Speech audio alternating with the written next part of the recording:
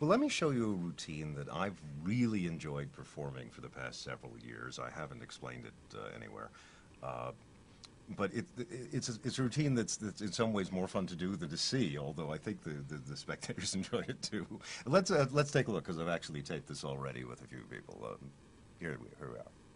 I'm here with four nice people. That's Diana and Jean and Tom and Brandon. And I'm hoping, since I did not prepare anything, that one of you has a pack of playing cards, because I know... Oh, yes, I do. Good.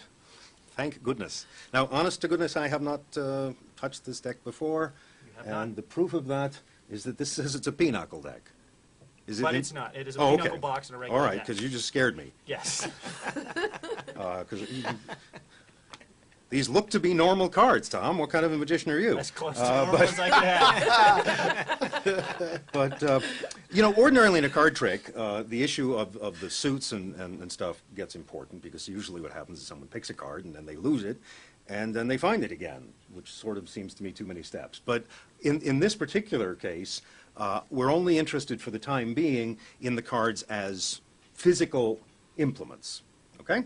And in fact, we will only use a few, just so that there's no confusion whatsoever. So 1, 2, 3, 4 cards. That's all we need. Tom, put the rest away. This will be plenty for me. I want to make this very clear, because I know that some of you have studied that sleight of hand stuff. So when I go like this and say, look, only 4 cards,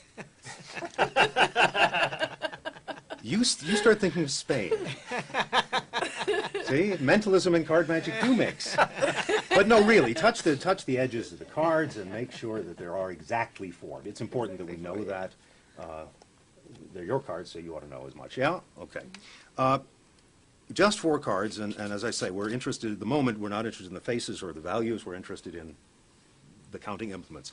Jean, I see you have pockets, but they have flaps. Now, that means they could be pretend faux pockets, you know, just the flaps to look good, or they could be, are they button pockets or snap pockets, or, oh, Velcro. Velcro. Very modern. This is space age. All right, good. Jean, let me do this, if I may. I'm going to place the 4 cards into your pocket. Okay. All right, and then we'll Velcro it shut. How's that? That's good. All right. So Jean, you have how many cards in your pocket? 4. Okay. Without caring about the identities of the cards, I will ask you simply to name any number up to 4. And make sure it's a free choice and I didn't steer you in some way. Go ahead. What number? 2. Now, are you sure about that? Positive. And the reason I ask is I happen to know that you're staying in one of the motels near the L&L studios. Yeah. And I know that motel. The walls are thin. And I have concerns for the other people staying at the motel. Because later tonight, you are going to be sitting up in bed. And while the people in the other rooms are trying to sleep on either side, you're going to be saying, God damn it!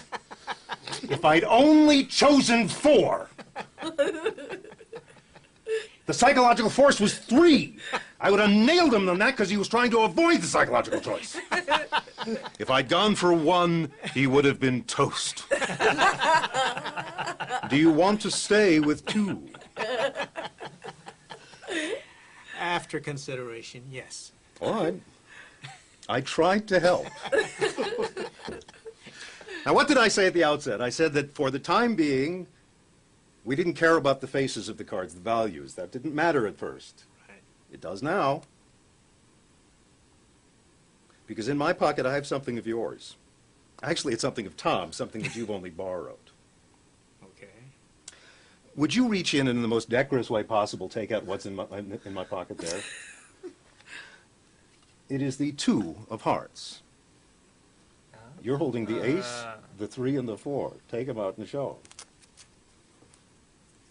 Well, indeed. The ace, 3, and the 4. Wow. Boy, am I glad I'm not staying at your motel.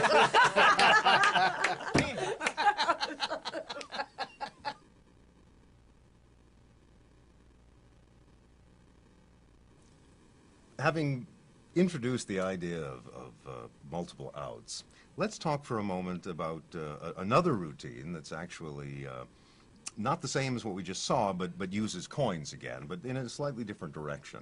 And This is based on a wonderful idea from a dear departed friend of both of ours, Marcello Truzzi.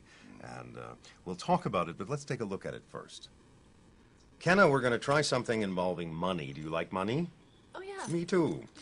These are coins, and what I've got here is a collection of all the basic coins that are currently in circulation.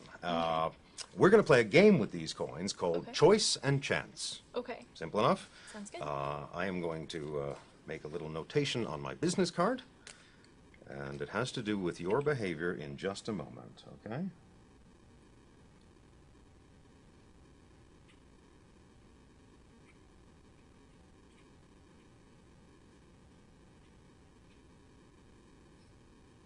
Now, you're not watching. Nope. You're not I can't. peeking. Mm-mm. Okay. I have written what I think is going to happen. Okay. Remember, choice and chance. Mm-hmm. You must choose one coin. And I'll tell you right now, whichever coin you choose, and you'll point to it, that is the one we'll use. Simple enough? Mm-hmm. Point to a coin now. The $50. Mm-hmm. Now, did it feel fair? Yeah. Yes. That felt like a real choice? I mean, I just dumped the coins out. I didn't arrange them in any Right. particular pattern. You picked the $50. You chose the $50. I can't be more fair than that. Yes? Yes. Now, what's the name of the game? Choice and chance. Choice and chance. So I need to now, having handled the choice part, we need to go to the chance part. Okay. So here's where.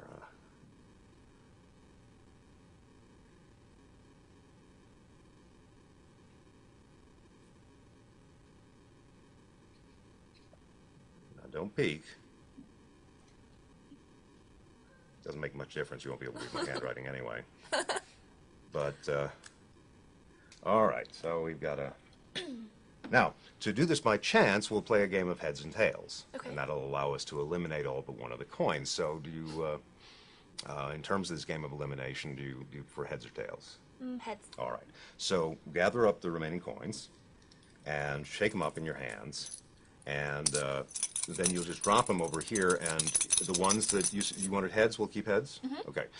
The ones that say heads up, we'll keep, and any tails we'll eliminate. And we'll keep doing this until we're down to one coin. And that way we choose a coin by chance. Okay. Sound simple? Yep. It is simple.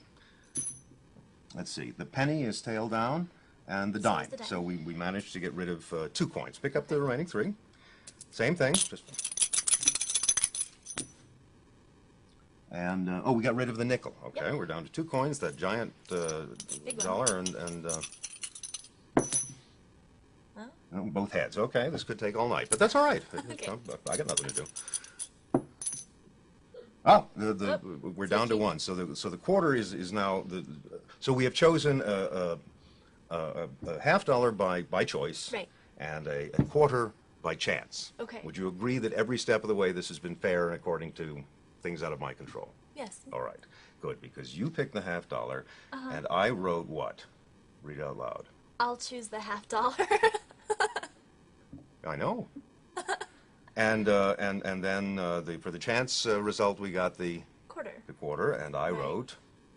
I'll take a chance on the quarter. Well, Wow, you played okay. that perfectly. Thank you. Oh, jeez. That's what I was going to say.